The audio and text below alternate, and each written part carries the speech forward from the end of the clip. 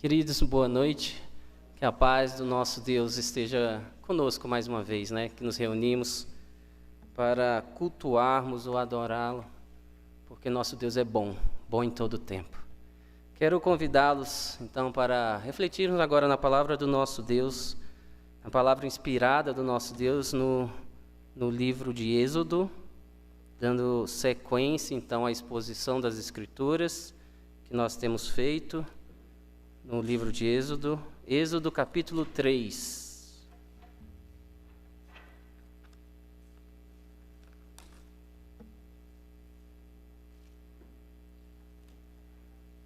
Êxodo capítulo 3. Lembrando, que o pastor tem feito exposições no livro de Êxodo e também em Salmos, alternando. A última exposição neste livro foi no capítulo 2 até o verso 25, e hoje eu lerei. Nós trabalharemos no capítulo 3, do verso 1 ao verso 12. Peço que os irmãos acompanhem com muita atenção essa palavra. Apacentava Moisés o rebanho de Jetro, seu sogro, sacerdote de Midian, e levando o rebanho para o lado ocidental do deserto, chegou ao monte de Deus, a Horebe. Apareceu-lhe um anjo do Senhor numa chama de fogo, no meio de uma sarça. Moisés olhou, e eis que a sarça ardia no fogo, e a sarça não se consumia. Então disse consigo mesmo: irei para lá, e verei essa grande maravilha, porque a sarça não se queima. Vendo o Senhor que ele se voltava para ver, Deus do meio da sarça o chamou e disse: Moisés, Moisés. E ele respondeu: eis-me aqui. Deus continuou: não te chegues para cá, tira as sandálias dos pés, porque o lugar em que estás é terra santa. Disse mais: eu sou o Deus de teu pai, o Deus de Abraão, o Deus de Isaque e o Deus de Jacó. Moisés escondeu o rosto, porque temeu olhar para Deus. Disse ainda o Senhor: certamente vi a aflição do meu povo, que está no Egito, e ouvi o seu clamor por causa dos seus exatores. Conheço-lhe o sofrimento. Por isso, desci a fim de livrá-lo da mão dos egípcios e para fazê-lo subir daquela terra a uma terra boa e ampla, terra que mana leite e mel. O lugar do cananeu, do Eteu, do Amorreu, do Ferezeu, do Eveu e do Jebuseu. Pois o clamor dos filhos de Israel chegou até mim, e também vejo a opressão com que os egípcios os estão oprimindo. Vem agora, e eu te enviarei a Faraó, para que tires o meu povo, os filhos de Israel, do Egito. Então disse Moisés a Deus: quem sou eu para ir a Faraó e tirar do Egito os filhos de Israel? Deus lhe respondeu: eu serei contigo, e este será o sinal de que eu te enviei. Depois de haveres tirado o povo do Egito, servireis a Deus neste monte. Amém. Vamos orar mais uma vez? Senhor soberano, Deus de Abraão, de Isaque e de Jacó, nosso Deus, nós o adoramos, porque cremos que és o único Deus, és o Criador de todas as coisas. O Senhor nos fez, e o Senhor colocou em nosso coração, ó Pai, a vida eterna, através de Cristo Jesus. O Senhor nos trouxe aqui essa noite, e assim pedimos, Pai, que por meio do Teu Espírito Santo, possamos então prestar um culto agradável ao Senhor. Fale aos nossos corações, também agora na exposição da Tua Palavra, para que ela penetre o nosso íntimo, e ela nos transforme, ela nos molde. Assim nós clamamos por meio de nosso Salvador Jesus Cristo. Amém. Meus irmãos, eu creio que talvez a maioria de nós já ouviu alguém, ou já viu em algum filme, alguém, ou conhece alguém que se acha mais do que é, que acha que tem poder, que acha que tem uma autoridade acima das outras pessoas, mais do que lhe é devida. Talvez você já tenha visto alguém, quando é questionado, quando é confrontado, alguém responder assim para a pessoa: você sabe com quem você está falando? Ou você sabe com quem você está mexendo?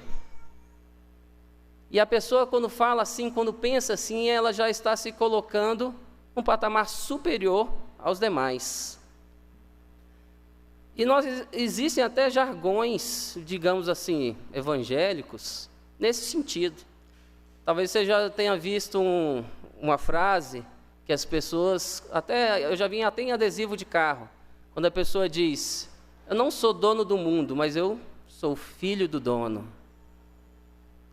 Ou a gente conhece por exemplo, uma poesia, poemas, aquela: eu vou para Pársagada porque lá eu sou amigo do rei, porque lá eu tenho influência.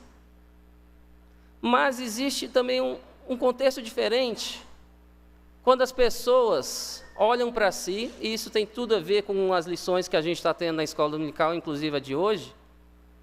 Quando a pessoa, ela olha para si e diz, ela se coloca lá embaixo, ela diz: não, eu não presto, eu não sirvo para nada nessa vida. Qual o propósito? E qual que é a semelhança entre esse tipo de pensamento, entre essas frases? São contextos diferentes, mas a semelhança é que a ideia que está por trás dessas sentenças é a mesma: o homem no centro de tudo. Isso é o que nós chamamos de antropocentrismo, algo que surgiu como filosofia ali na Idade Média. No entanto, é algo que desde o início o pecado afetou. Porque quando o homem foi criado, nós fomos criados, a imagem e semelhança do Criador, nós tínhamos ali um propósito. E o que o pecado fez? Ali começando em Adão e Eva, distorceu o propósito da nossa vida. Fez com que o homem e a mulher quisessem estar no centro, quisessem saber mais do que o Senhor, quisessem ter o controle de suas vidas, o domínio. O homem não quer ser dirigido por um Deus, ele não quer ser dependente de algo. Foi isso que Satanás veio, colocar a semente da corrupção no nosso coração. Então, o antropocentrismo não é só uma filosofia recente, digamos assim. Na verdade, o pecado, desde o início, distorceu o correto, a razão de nós existirmos, o propósito de nós existirmos. E ainda hoje, talvez muitas pessoas tenham pensamentos nesse sentido, pensamentos as quais elas são levadas porque não entendem a razão, não entendem o propósito na vida delas. Talvez você mesmo já passou pela sua mente pensamentos assim: e por que eu existo? Afinal de contas, para que eu estou aqui? Será que eu vim a este mundo só para sofrer? Por que eu passo por dificuldades? Eu que nunca fiz nada de errado. Já está o erro aí nesse pensamento, né? Mas as pessoas assim: nossa, tanta gente ruim aí, e eu estou sofrendo. Por quê? E tem gente que entra em colapso. Tem gente que chega a entrar em depressão, como eu disse, a gente tem estudado sobre isso. Depressão profunda, porque não sabe o propósito em sua vida. E ao trabalharmos este texto aqui, meus irmãos, no capítulo 3, nesses 12 primeiros versículos, eu quero compartilhar com os irmãos hoje o tema de que Deus nos dá um propósito de vida. Deus nos dá um propósito de vida. E através aqui da vida de Moisés, através do exemplo dele, e principalmente através aqui de Cristo, que é exposto nessa passagem de forma belíssima, nós podemos enxergar que Deus nos dá um propósito de vida, que nós temos onde buscar, nós temos onde encontrar a razão de viver. E o primeiro ponto que eu quero destacar aqui para os irmãos, ao expormos esses versos, é para mostrar que Deus nos dá um propósito de vida ao revelar para nós quem Ele é. Ao se revelar para nós. Olhemos aqui a partir do verso 1. Nós temos aqui a continuidade, nós lemos, né, na última exposição, quando Moisés, que estava ali na corte, foi criado ali na corte dos egípcios e cresceu, foi educado, ensinado e lá passou durante 40 anos.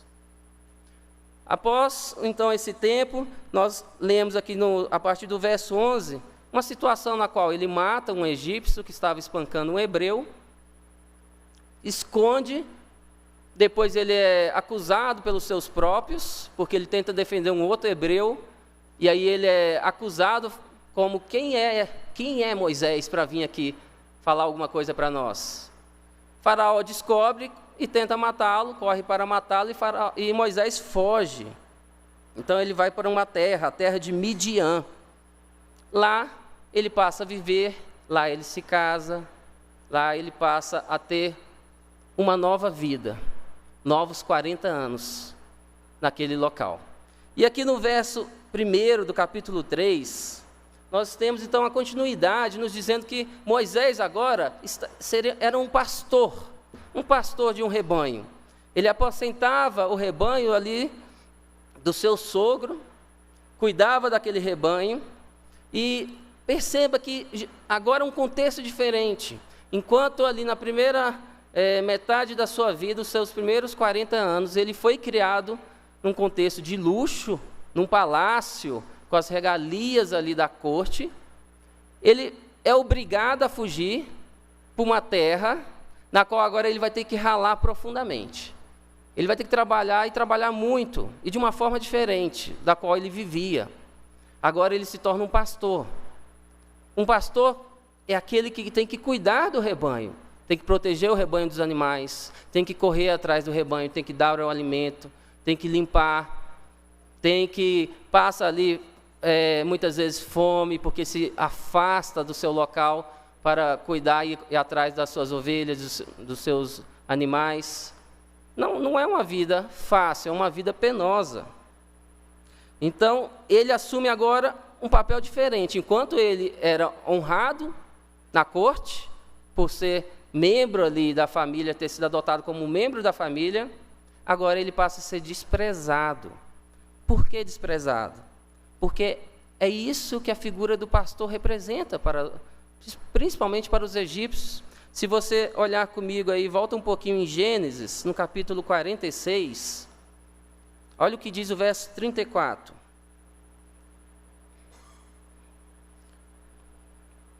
Quando aqui nós temos a história de José falando com seus irmãos, e o verso 34 nos diz: respondereis, teus servos foram homens de gado desde a mocidade até agora, tanto nós como nossos pais, para que habiteis na terra de Gósen, porque todo pastor de rebanho é abominação para os egípcios.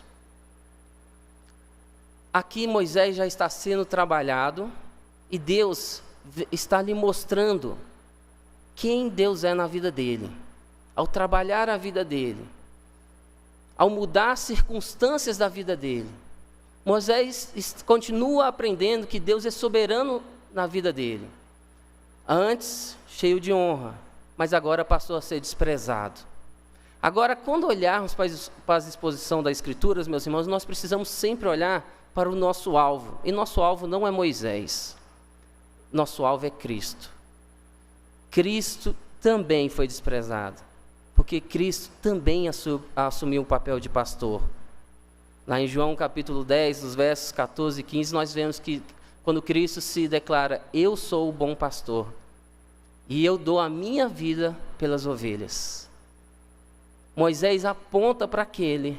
Moisés aqui, nós vamos ver, Moisés aqui é chamado por uma missão. Nós lemos a passagem. Ele é chamado por Deus para libertar o povo. Mas ele aponta para aquele que veio para libertar não somente a nação de Israel, mas todos aqueles, independente de onde nasceram, que reconhecem a Jesus como Salvador. E esse é o propósito de eu e você estarmos aqui essa noite, para adorar ao nosso Deus, que é soberano sobre as nossas vidas, e que veio para que nós pudéssemos ter vida e adorá-lo, reconhecer que Ele está no comando de todas as coisas. Moisés teve que aprender até poder chegar a esse ponto aqui. Ao longo de nossa vida, nós já tivemos também, com certeza, vários momentos diferentes. Momentos de honra, e talvez momentos de desprezo. Mas lembre-se que tudo o que acontece na nossa vida, para aqueles que amam a Deus, é para o seu bem. Para o seu bem. É para nos moldar, para nos ensinar. Eu não sei se o seu momento agora é um momento de sofrimento. Mas olhe para o seu momento de sofrimento e reconheça que Deus está no controle dele. Deus está no controle da sua vida. Aqui nos diz que Moisés levava o rebanho para o lado ocidental do deserto. O deserto aqui não é aquela imagem que a gente possa pensar de só areia. Não. É uma terra selvagem. Ele está levando o rebanho, porque se fosse só areia, não teria razão para ele estar indo, né, levar o rebanho. Mas era a necessidade de procurar em outro local alimento para o seu rebanho, numa terra que assim seria mais difícil. Não era aquela campina verde que tinha tudo que o seu rebanho precisava. É essa figura que o deserto representa. E ela representa para Moisés, então, sair da sua zona de conforto. Sair ali do seu aconchego. É isso que é um lugar diferente. E Deus muitas vezes nos leva também a lugares diferentes. Deus muitas vezes nos faz levantar para sairmos da nossa zona de conforto. Porque talvez a gente esteja acomodado demais no nosso pecado. Já parou para pensar nisso? Se nós estivermos afundados em nossos pecados, porque o pecado é assim, ele nos assedia, no começo a gente tem repulsa por ele. Mas se não for controlado, nós vamos nos acostumando com ele, ao ponto de daqui a pouco ele ser nosso íntimo. E se não for o Espírito Santo, nós não conseguimos sair desse abismo, desse lamaçal. Muitas vezes Deus precisa mexer em nossa vida, nos tirar ali daquela zona de conforto, para que a gente possa olhar o que está errado e buscar o nosso Deus verdadeiro. Ele sai, vai para um lugar diferente e ali ele chega no monte. E aqui é nos dito que ele chegou ao monte de Deus, a Horebe. Aqui nós temos o nome desse monte, meus irmãos, é o mesmo Monte Sinai. É outro nome que é atribuído ao mesmo local. Talvez ali uma parte daquela montanha de um lado possa ser chamada de Horebe, de outro lado Sinai, mas é a mesma montanha. E nós sabemos porque aqui ele chama de o monte de Deus. Ao chamar monte de Deus, ele está fazendo uma antecipação daquilo que seria revelado mais à frente, quando Deus daria ali no monte Sinai a lei para o seu povo. Esse é o lugar no qual Moisés chega. Moisés se aproxima então, chega nesse local e o verso 2 nos diz que apareceu-lhe quem? O anjo do Senhor, numa chama de fogo. A expressão anjo do Senhor, ela significa mensageiro. Nós temos aqui, meus irmãos, a clara presença do nosso Senhor Jesus Cristo. Nós temos aqui o Senhor Jesus Cristo se manifestando à criatura. E nós sabemos disso porque o versículo 4 nos mostra, nos dá uma certeza de quem é esse anjo. Lá no versículo 4, no versículo 6, nós temos lá, olha, eu sou o Deus de teu pai, o Deus de Abraão, o Deus de Isaque, o Deus de Jacó. Nós temos aqui o Senhor falando assim, eu sou o Deus. E por que nós então falamos que aqui é a presença de Jesus Cristo? Porque nós sabemos que Cristo é a manifestação visível do Pai. Deus é Espírito. E a manifestação visível é na pessoa de Jesus. Porque foi Jesus que encarnou, Jesus que veio como homem. Aqui ele ainda não tinha nascido, mas ele já se faz presente. Na teologia chamamos isso de teofania, a manifestação visível do Deus, do nosso Deus. E da mesma forma, isso aconteceu ali com Abraão em Gênesis capítulo 22, no versículo 11. Aconteceu com Gideão em Juízes capítulo 6. Nós temos ali Deus se manifestando visivelmente para o homem. E aqui Cristo aparece, Deus se revelando a nós. Assim como Deus se revelou a Paulo, a Isaías, aqui ele se revela a Moisés, para mostrar que Deus está ali presente. Nosso Salvador Jesus Cristo, meus irmãos, não é só o mensageiro, como significa a expressão anjo do Senhor. Ele é também a mensagem. Ele é a mensagem de Deus para nós. Ele é o que nós celebramos ao comemorarmos o Natal. É o que nós celebramos o ano inteiro. Ele é a razão da nossa vida. É Cristo. Ele é o mensageiro, porque ele é a manifestação visível, mas ele é a mensagem. Em carne, em osso, e o verbo se fez carne e habitou entre nós. É Cristo que está aqui. E aqui a mensagem diz que o anjo do Senhor aparece numa chama de fogo. Meus irmãos, essa imagem da chama de fogo, o fogo normalmente consta nas Escrituras como a presença, a manifestação de Deus de duas formas.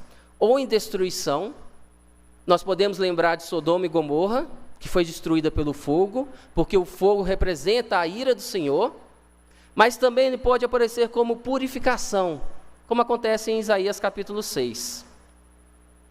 E aqui nós temos uma chama, ele consegue identificar que tem fogo no meio de uma sarça.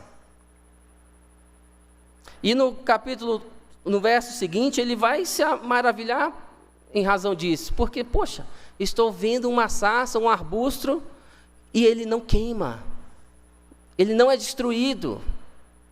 Então o fogo que aparece aqui é um fogo purificador, e isso lhe causa grande admiração. Como?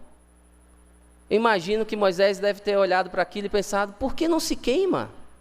Porque o verso 3 nos diz que ele viu aquilo lá e falou assim, eu preciso ver de perto essa grande maravilha. Como que o fogo está ali, forte, poderoso, e não destrói essa planta? E, meus irmãos, isso aqui representa muito o povo de Israel e a nós também, porque representa a igreja. Porque Moisés, ao olhar e se ficar maravilhado com aquilo, é porque ele falou o seguinte, o seu pensamento é, poxa, não tem como estar pegando fogo e aquilo não ser destruído. Algo magnífico está acontecendo ali. Algo diferente está acontecendo ali. É a mesma forma de Moisés olhar para a nação de Israel, vendo o povo de Israel sendo humilhado, desprezado ali pelo Egito. Porque, olha, se nós olharmos no capítulo 1, a gente já vai ver que o povo de Israel vinha há muito tempo sofrendo, e ali a mão pesada do faraó ia aumentando cada vez mais. E ali depois do capítulo 2, que vai mostrar o nascimento de Moisés, quando nós chegamos nesse ponto, já se passaram 80 anos. Então imagina todo o tempo antes, que havia o relato do sofrimento, mais dos 80 anos, ou seja, tem mais de século aqui provavelmente de sofrimento. Então Moisés olha para a sua nação, para o seu povo, e pensa, poxa, como é possível um povo ainda existir diante de tanto sofrimento? Diante de uma mão tão pesada como está sendo a de Faraó? Porque não haveria como não ser destruído. É essa imagem que a sarça representa.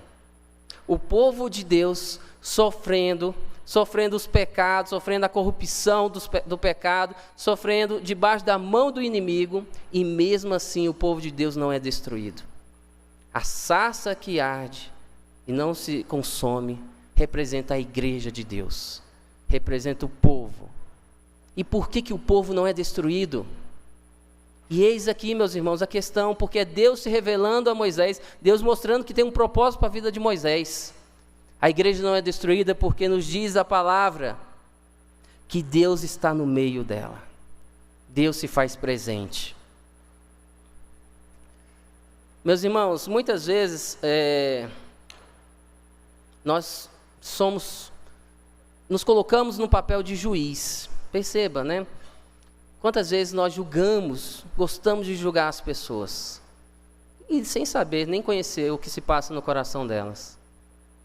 Aqui Moisés olhou, o verso 3 diz que vou lá ver essa grande maravilha, por que ela não se queima? Ele teve curiosidade para ver. Ele se achegou por curiosidade. E muitas pessoas se achegam, vêm à igreja, às vezes por curiosidade. Às vezes vem à igreja e diz, vou lá ver como é o culto, como é esse pastor, como é aquele povo que está lá, vou lá conhecer. Ou qualquer outro propósito que passar no coração da pessoa, mas nós não sabemos. Mas Deus está no controle de todas as coisas. Deus está no controle de todas as coisas. Às vezes, talvez por meio da curiosidade, Ele esteja trazendo alguém para se aproximar dEle. Assim como Ele fez aqui com Moisés, para mostrar que tinha um propósito na vida de Moisés. Mas muitas vezes a gente julga, né? A gente tem a mania de falar sempre, olha, está indo lá para a igreja só por causa daquilo. Está indo lá só para comer, porque crente gosta de comer, crente tem lanche depois. Pensa assim, mas Deus está no controle de todas as coisas, não nos coloquemos no lugar do nosso Criador. E lembremos que Deus está no meio aqui do teu povo, da tua igreja. E isso o verso 4 nos deixa claro. Vendo o Senhor que ele se voltava para ver Deus do meio da sarça. Olha só, Deus do meio da sarça o chamou. É por isso que a sarça não se consumia. É por isso que ela escapou com segurança. E é por isso que nós estamos aqui ainda, vivos, podendo prestar um culto ao nosso Deus, porque Deus está no nosso meio. É por isso que a igreja, meus irmãos, vai resistir até o último dia. Não sei se eu ou você, até que quando será o nosso dia, mas a igreja, o inimigo não vai vencer a igreja. Não vai vencer a igreja invisível, porque Deus está no controle.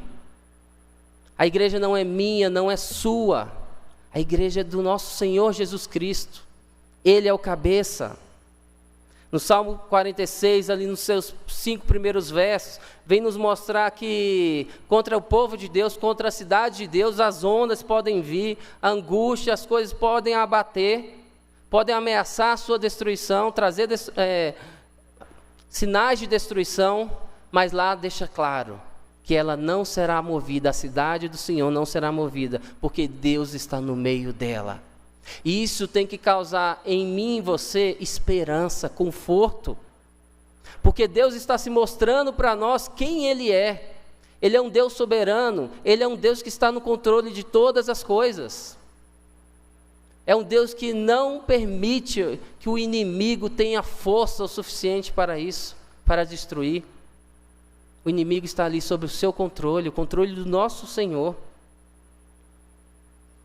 Cristo já estava mostrando aqui a Moisés que Ele está no controle. É por isso que o povo de Israel não vai ser destruído. Cristo vai dar uma missão a Moisés, mas está mostrando, Moisés, eu estou no controle. 1 Coríntios capítulo 10, verso 4, nós temos ali o apóstolo Paulo nos mostrando de forma bem clara que Cristo, a pedra espiritual, é que foi o líder do povo aqui no deserto. Através de Moisés, Cristo dirigiu o povo, porque Moisés apontava para o Senhor. Ele devia viver ali para Deus, não para si mesmo. Meus irmãos, talvez você tenha uma visão da sua vida, ou uma visão da vida da sua família, de alguém próximo para você, pensando assim, não tem mais jeito. Você pensa num parente e fala assim, não tem mais solução. Está entregue ao inimigo, está ali, há tanto pecado na vida dele que não tem mais, não existe mais razão. E isso às vezes nos leva ao desânimo, até de orar por essa pessoa. Mas lembre-se que Deus opera milagres. assim como Ele operou um milagre em nossa vida. Foi Ele que transformou o nosso coração. A sarça ardente, ela aponta para o evangelho da expiação por um substituto sofredor. O fogo estava ali, o fogo representa a ira. Ele não consumiu a sarça, ele não consumiu a igreja, mas porque alguém se colocou no meio. Alguém pagou, alguém sofreu. Cristo, nosso Salvador. E nós precisamos sempre repetir, enfatizar uma mensagem muito clara, que não há salvação em nenhum outro nome, se não for Jesus.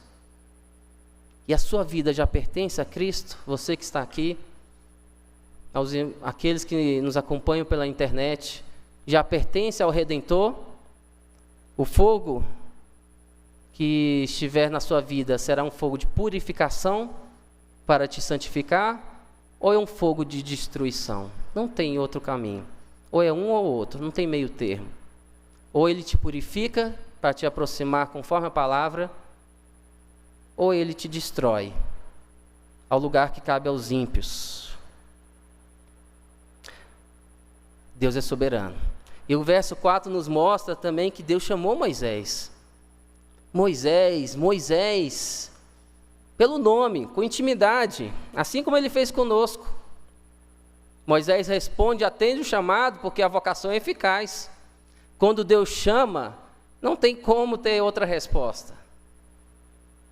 E olhe, interessante, talvez você se lembre de outras passagens, Deus chamando. Nós temos ali, lembra Samuel, quando criança? Samuel, enfatizando o chamado. A questão da duplicidade aqui é para enfatizar o chamado à pessoa. Deus fez com Jacó também, idades diferentes. Moisés aqui com 80 anos, Samuel era uma criança. Independente da idade, Deus nos chama para estarmos junto a Ele.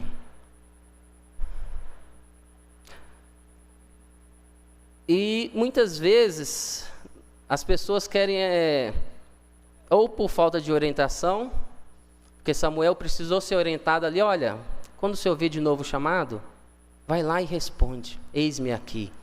Moisés respondeu, eis-me aqui.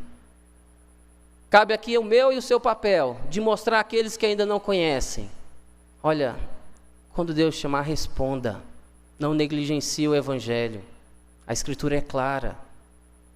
Eis o nosso papel de pregar a todos, em todos os lugares, em todo o tempo.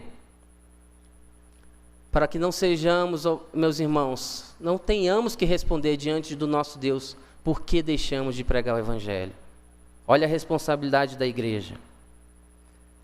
No verso 5, Deus continua mostrando quem Ele é. E agora, Ele vai aqui, de uma forma muito forte, trabalhar a santidade. Nós cantamos sobre a santidade. Nosso Deus é santo. Olha o que diz no verso 5. Deus continuou, chamou Moisés, e Ele continua, olha, não te chegues para cá. Primeira coisa que Deus fala, olha, não chega para aqui perto, não chega. Você não pode se aproximar de mim da forma que você está. Deus está dizendo para nós que nós não podemos nos achegarmos a Ele, não podemos buscar, ficar na presença dEle, aceitar a Ele da nossa forma natural, a nossa forma caída, pecaminosa. Nós não podemos, meus irmãos, agradar a Deus de qualquer jeito, porque Deus é quem? É santo. E Ele não se mistura com a impureza. Por isso, em Hebreus, capítulo 12, versículo 14, nós temos lá uma mensagem tão clara que diz que sem santidade, nenhum verá a Deus. Para estarmos na presença do nosso Pai, do nosso Criador, nós precisamos, meus irmãos, de purificação, de limpeza. No céu não há espaço para impureza. Nós precisamos nos purificar. Nós precisamos nos transformar diariamente. Precisamos orar igual o salmista, ver se há em mim algum caminho mau, alguma coisa que não te agrada, e arranca fora. Porque a intimidade do Senhor é para os que o temem. os que o honram, os que o respeitam, que se submetem a ele. Deus está mostrando para Moisés que é preciso se purificar. E aí ele continua: tira as sandálias dos pés, porque o lugar em que estás é terra santa, é santo. Aqui, ao mandar Moisés a tirar as sandálias, ele já prepara Moisés para Moisés olhar para a sua condição de homem frágil, pecador. Moisés foi criado na corte e chegou no momento que ele falou: poxa, eu devo ter um papel muito importante. Imagino que tenha sido assim, mais ou menos esse pensamento. Ao chegar ali diante dos seus irmãos e tentar protegê-los. Mas quando ele é julgado por um hebreu, como: quem é você para vir fazer a diferença? Você que fez isso de errado, quem é você para ser nosso libertador? Moisés sofre um baque, tem medo, foge. Ele ainda não estava preparado para a obra naquele momento. Ele precisa aprender aqui humildade. Como nós precisamos constantemente em nossa vida, porque é fácil nós nos entregarmos às nossas vaidades. É fácil a gente achar que faz, por exemplo, nossa, eu faço uma coisa bem, daqui a pouco eu estou fazendo melhor, e já estou julgando o outro porque eu faço melhor que o outro. Nosso coração é fácil se corromper. Nós precisamos tomar cuidado. Aqui, tirar a sandália dos pés apontava tanto para uma ilustração que era comum em outras culturas também, e às vezes até hoje, que você, ao entrar em algum lugar, na época, algum lugar sagrado, ou que você reverencia, você tira as sandálias para demonstrar ali humildade e respeito, para não trazer sujeira para aquele lugar. Mas aqui a gente pode pensar também, olha, na dependência. Primeiro, você vai chegar para cá, não vai trazer a poeira, não vai trazer a sujeira para esse lugar, tira as sandálias, tenha respeito. Seus pés vão ficar ali sem proteção, você vai ficar na dependência. Porque Deus quer ensinar algo para a igreja, que é reverência. Ele quer mostrar quem Ele é para nós.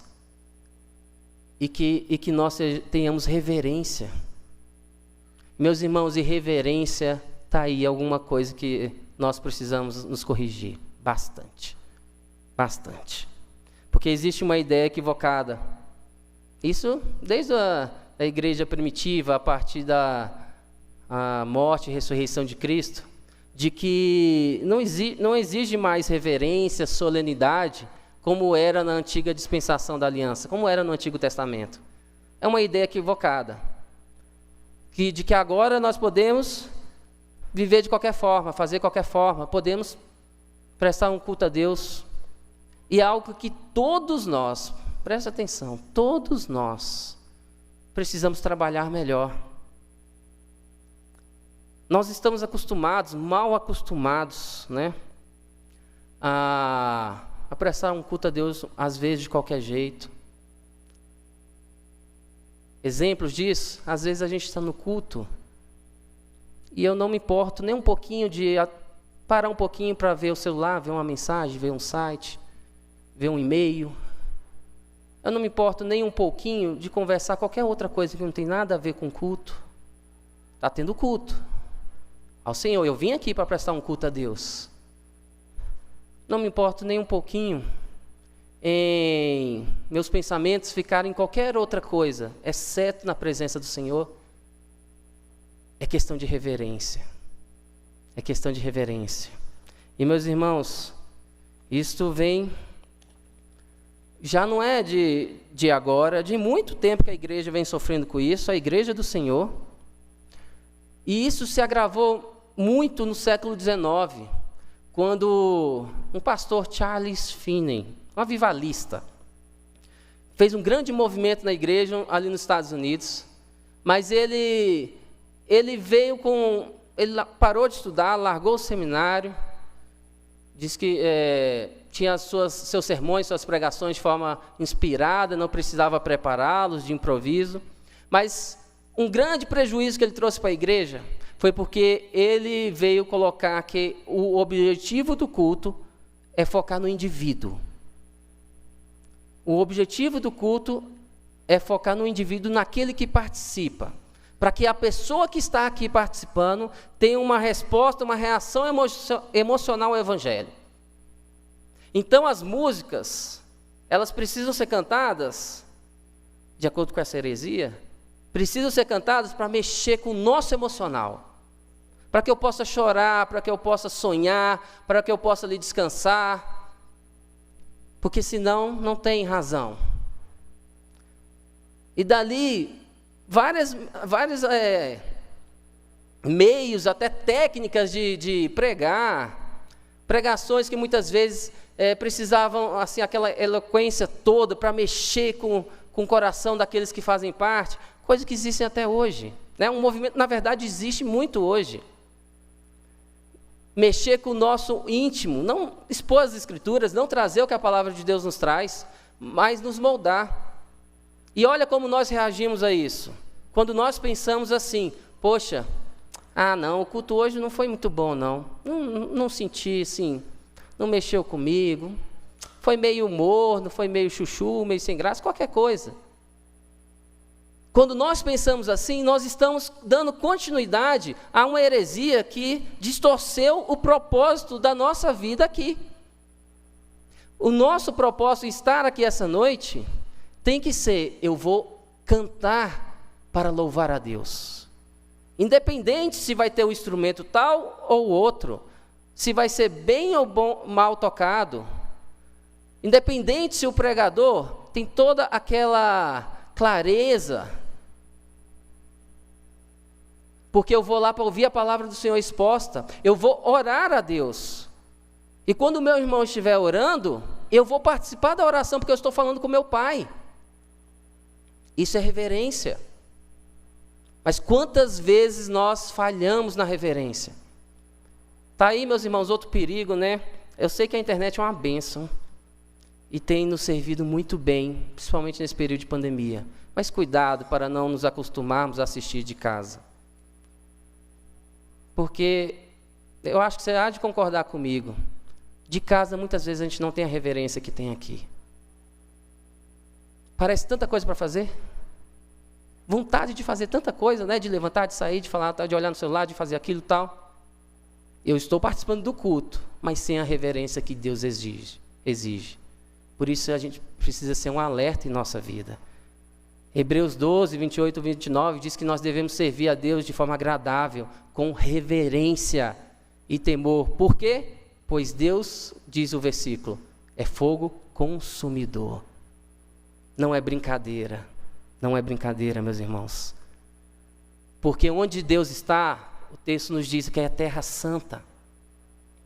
Onde Deus se faz presente é um lugar santo. E é claro que todo lugar, Deus está em todo lugar. Mas é para enfatizar aqui a Moisés e a mim e a você, que nós precisamos nos preparar para estar na presença do nosso Senhor. Porque ali, lembra, era um deserto, era um lugar inóspito, mas Deus estava ali, e Ele transformou aquele lugar. E o deserto, normalmente, a figura do deserto, aqui nas Escrituras, mostra solidão, longe da presença, sofrimento, longe da presença de Deus, sofrimento. Mas Deus então transforma aquilo que é uma terra seca em uma terra que mana leite e mel, uma terra santa. Onde há água, Ele nos dá água para beber, nós cantamos. Onde Ele nos traz o conforto e o alívio. Porque Deus está mostrando a Moisés que Ele é um Deus soberano. E é por isso, meus irmãos, que no verso 6 diz que Moisés temeu. Moisés escondeu o rosto porque ele temeu olhar para Deus. Porque ele reconhece que este Deus, que é o Deus do pacto, que é o Deus de Abraão, o Deus que fez uma aliança, Deus de Isaac e Jacó, aquele que tomou a iniciativa de ir atrás de Moisés, ele é um Deus santo e que exige reverência. E Moisés sabia que não podia olhar para Deus de qualquer forma, não podia se apresentar a Deus de qualquer forma, não podia viver de qualquer forma, não podia vir aqui cantar músicas, orar e sair, passar a semana vivendo do seu próprio jeito. A nossa vida tem que reverenciar a presença de Deus em tudo em que fizermos, em tudo que fazemos. Deus mostrou a Moisés quem Ele é. E isso vai dar um propósito de vida a Moisés. E agora Ele mostra a Moisés que Ele cuida dos seus. A partir do verso 7, nós temos aqui no verso 7 e 8, quando Deus diz, olha, eu vi a aflição do meu povo, eu conheço. Preste bem atenção aqui nos termos, nos verbos. Ele vê a aflição, Ele ouve o clamor e Ele conhece o sofrimento. É um Deus pessoal, não é um Deus que está longe de nós, é um Deus que sabe o que eu passo, é um Deus que sabe o que você passa. Ele conhece as nossas tristezas, as nossas dificuldades. Às vezes passa no nosso coração assim, ninguém sabe o que eu estou sentindo. Existe alguém que sabe. Existe alguém que sabe porque Ele sofreu muito mais do que nós estamos sentindo. É o nosso Senhor. Salmo 34, verso 15, nos diz que os olhos do Senhor repousam sobre os justos, e os seus ouvidos estão abertos ao seu clamor. Então, meus irmãos, Deus cuida de nós. Coloque diante dEle, eleve a Ele a sua súplica, o seu clamor, apresente o seu sofrimento a Deus, porque Ele escuta, Ele ouve, Ele conhece, Ele se faz presente. Nosso Senhor Jesus é o médico, Ele sabe de todas as coisas, Ele pode curar todas as coisas. Ele é mestre e Ele é o cabeça, Ele toma as decisões na hora certa. E é porque Ele nos conhece, porque Ele cuida de nós, que Ele mostra para Moisés, Moisés, eu sei que o meu povo está sofrendo, e é por isso que eu vim salvá-lo, vim livrá-lo. É isso que o verso 8 nos diz, olha que interessante, Deus disse, por isso desci a fim de livrá-lo da mão dos egípcios e para fazê-lo subir daquela terra a uma terra boa e ampla.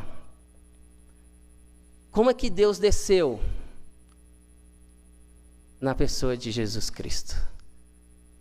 Ele encarnou, Ele veio como homem, Ele desceu como homem para nos livrar da mão dos egípcios, ou seja, para nos libertar, nos tirar da escravidão e para nos fazer subir uma terra boa e ampla, que emana leite e mel, o céu, para nos dar a salvação. É isso que Jesus veio, para tirar você da escravidão e para te dar salvação, te dar uma nova vida. Uma nova vida. E Ele, meus irmãos, está em todo o tempo presente. Ele sabe a hora certa de agir. A gente podia pensar, mas por que Ele deixou aquele povo sofrendo tantos anos, um século ou mais de um século? Porque Ele sabe a hora certa de agir. Ele é soberano e Ele cuida. Por que eu estou passando por um momento de tanto sofrimento? Deus é soberano e Ele sabe a hora certa de agir. Talvez eu esteja precisando passar pelas dificuldades para me sair do meu comodismo, para que eu possa olhar para Ele e olhar menos para mim. E é isso que aqui, para encerrarmos, eu quero destacar, que Deus, Ele mostra quem Ele é, Deus mostra o que Ele faz, que Ele cuida de nós, e agora Ele vem mostrar para Moisés e mostrar para mim e você, que Ele mostra quem nós somos. Esse é o propósito. Então Deus pode nos dar um propósito de vida, Ele nos mostrando quem Ele é, que Ele cuida de nós e mostrando quem nós somos, porque o verso 10 em diante, do verso 10 ao verso 12, Ele vem mostrar o que Ele tinha para Moisés. E Ele fala para Moisés, olha, eu vou te enviar a Faraó. Você irá agora a Faraó e você vai tirar o meu povo, os filhos de Israel, do Egito. Moisés vai ser um enviado, um mensageiro, um embaixador, porque ele vai representar agora a palavra do Senhor diante daquele povo. Agora Deus mostrou para Moisés, olha, sou um Deus santo, que não aceita o pecado, e um Deus que protege os meus. Sou um Deus que está presente, pessoal, estou do lado, proteja os meus. E agora você é um encarregado, um mensageiro. Meus irmãos, Deus é poderoso, poderia fazer qualquer outra coisa, poderia mandar os anjos, usar o seu próprio poder, mas Ele escolheu usar o homem, aquele que foi feito à sua imagem e semelhança. Qual o propósito da nossa vida? É reconhecer quem Deus é, saber que Ele cuida de nós e que nós temos um chamado a responder. Ele tem uma tarefa para nós. Deus usou aqui Moisés para libertar o povo de Israel. Deus usou Davi para ser rei. Davi também foi pastor, se tornou rei. Deus mudou as suas atribuições. Como pode fazer conosco? Não sei qual que é o chamado de Deus na sua vida, mas existe um. Existe um propósito de Deus na sua vida. Mas para a gente atender esse propósito, a gente precisa se submeter olhando quem Deus é em nossa vida, para a gente adorá-lo corretamente. Reconhecer que tudo que temos pertence a Ele, que Ele cuida de nós. E assim nós podemos atender esse chamado. No verso 11, Moisés diz: quem sou eu para fazer isso? Aqui, meus irmãos, os comentaristas desse texto, eles se dividem. Alguns falam que Moisés aqui demonstrou plena humildade. Outros que demonstrou pleno medo. Eu confesso que eu acho que foi as duas coisas. Que ele demonstra humildade, porque olha assim, Senhor, este homem que falhei lá uma vez que eu tentei libertar os meus companheiros e não consegui, e sou eu que o Senhor quer enviar para libertar a nação inteira. Sou pequeno. Davi fez isso também em 2 Samuel 7,18, quando ele se assenta perante o Senhor e responde: quem sou eu, Senhor Deus?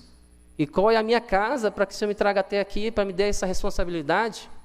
E nós precisamos de humildade mesmo, porque isso nos faz lembrar quem Deus é, e não achar que nós estamos no lugar de Deus, né? Como nós dissemos no início, você sabe com quem você está falando? E a nossa resposta: com um pecador miserável, desprezível, esse sou eu. Assim foi a resposta de Paulo, o pior dos pecadores. Nós precisamos ser lembrados disso, por isso que constantemente, todo culto, nós precisamos sim nos humilhar, pedir perdão a Deus pelos nossos pecados, lembrar das nossas falhas. Mas aqui Moisés, além de humildade, ele também teve medo. E um medo que não é bom. Não era o medo da grande tarefa, mas um medo de querer fugir. E eu digo isso porque na próxima perícope, na próxima aqui exposição, no próximo domingo, a partir do verso 13, a gente vai ver aqui desculpas que Moisés dá, mesmo Deus falando que está com ele, mas Moisés traz várias desculpas. Não, tenta outro, eu não sei falar, vai outro. Deus insiste. E muitas vezes é assim que a gente vem agindo também. A gente até ouve Deus, atende o chamado, percebe que Deus tem uma mensagem, uma tarefa para nós, mas a gente, não dá. Eu estou com tanta atribuição na minha vida, com tanta responsabilidade, eu não consigo me dedicar ao reino, não consigo fazer a vontade de Deus. Tenho tempo para isso, não. Quem sou eu? Não, envia outro. Diferentemente, Isaías, por isso que eu digo que é medo, além das desculpas, porque olha a resposta que Isaías deu no capítulo 6, verso 8. Aqui estou, envia-me a mim. E que nós possamos sair essa noite com essa mesma resposta de Isaías. Envia-me a mim, sou pequeno, frágil, não mereço. Mas se a tua vontade me usar, me envia. Me usa como instrumento. Porque, meus irmãos, as coisas não giram em torno de nós. E essa é a principal lição dessa noite. Quando Deus nos dá um propósito de vida, e Ele se mostra quem Ele é, o que Ele faz, como Ele cuida de nós e quem nós somos, é para mostrar que nós não estamos no centro de todas as coisas. Deus é a razão de tudo. Deus é a razão do nosso viver. Precisa ser. Atos capítulo 27 e 23, nós vamos ter ali Paulo dizendo, olha, de quem eu sou. Moisés aqui questiona, quem sou eu? E Paulo fala assim, ao expor a sua palavra, diz, de quem eu sou? Eu pertenço a Ele. Eu sou dele. Eu sou do Senhor. E o verso 12 mostra que Deus diz, olha, eu estarei contigo, eu serei contigo. Meus irmãos, você quer mensagem mais consoladora do que essa? Para que você não tenha medo das dificuldades, para que mesmo diante de um fogo, da perseguição, do sofrimento que você esteja passando, saber que Deus está com você e diz que eu sou contigo, para te livrá-lo da morte, te livrá-lo dos inimigos, para que você então possa responder ao chamado. Esse é o propósito da pregação, respondermos ao chamado de Deus, um chamado de arrependimento, um chamado de confissão, um chamado de adoração. É para isso que a Escritura é pregada, porque Deus é conosco, Emanuel, Ele se faz presente, Ele está no nosso meio. Em Romanos nós lemos que se Deus é por nós, quem será contra nós? Nós devemos descansar nessa verdade. Deus falou para Moisés que ele veria um sinal, mas se ele confiasse, porque o sinal iria acontecer depois. Olha, aqui o sinal, no verso 12, o sinal de que eu te enviei, depois de haverdes tirado o povo do Egito, servireis a Deus neste monte. O sinal ia acontecer depois, porque é preciso que tenhamos fé e confiemos nele. As pessoas querem viver, pode até se achegar por curiosidade, mas não podemos viver em busca de milagres, de sinais, porque o maior sinal já veio e se chama Jesus. E nós vemos a evidência desse sinal quando nós somos transformados, porque podemos ter certeza da vida eterna. Então, meus irmãos, Deus tem um propósito para a nossa vida. Deus tem um propósito de vida para nós. Mas a gente precisa ver quem Ele é mesmo, reconhecer que Ele está ao nosso lado e que nós precisamos de transformação diária, para podermos adorá-lo, cultuá-lo, termos reverência. Porque o nosso Deus é perfeito, é santo, é bom o tempo todo e justo. E que Ele possa nos ajudar, então, a respondermos a esse chamado dEle em nossas vidas. Amém.